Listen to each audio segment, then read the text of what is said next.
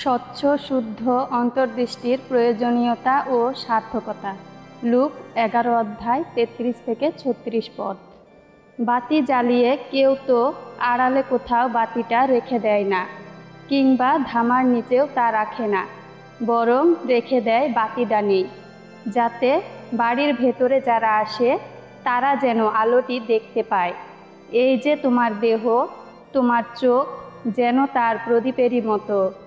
তোমার চোখ সুস্থ থাকলে তোমার গোটা দেহটাই আলোয় ভরে থাকে, কিন্তু চোখ খারাপ হলে তোমার দেহটা অন্ধকারে ডুবে থাকেই।